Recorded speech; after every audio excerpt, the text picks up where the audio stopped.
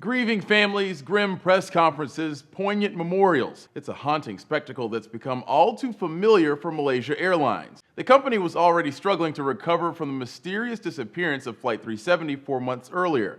And after the horrific end of Flight MH17 and all 298 of its passengers Thursday, the future of Malaysia Airlines looks grim. Although we still don't have all the details, Flight MH17 was apparently shot down by a ground-to-air missile while flying over contested territory in eastern Ukraine. Ukraine's government and pro-Russian separatists are blaming each other for the crash. In the aftermath of the disaster, Malaysia Airlines came under fire for choosing to fly a commercial airliner over what is essentially a war zone. But as one expert told NBC, Flight MH17 was just following a typical flight path over Europe. This was a very commonly used route, and passenger jets fly at high altitudes over many of the world's hotspots all the time. Malaysia Airlines chose the most direct and economic flight route possible. They were no different from any other international airline. But what does make Malaysia Airlines different from any other airline is its history.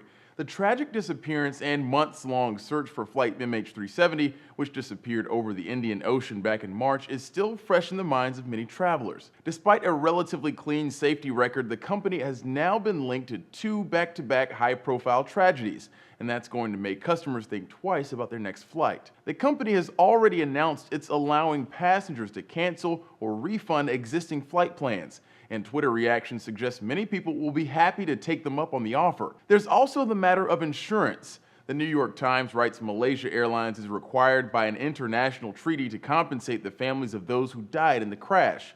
Those fees could add up to as much as $49 million. And one analyst told The Guardian the fallout from these tragedies will likely taint the company's brand for a long time. It doesn't matter who is at fault.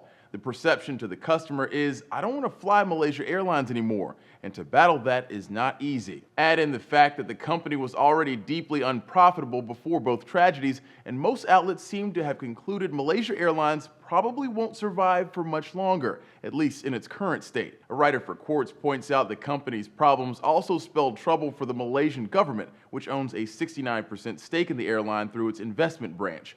Many investors and former government officials have been pushing for Malaysia to dump its stake long before the two accidents, but finding a potential buyer isn't going to be easy. In the aftermath of the crash, most airlines, including Malaysia Airlines, have rerouted their traffic to avoid Ukrainian airspace. Several countries and groups have called for an international investigation into what caused the crash. For Newsy, I'm Christian Bryant.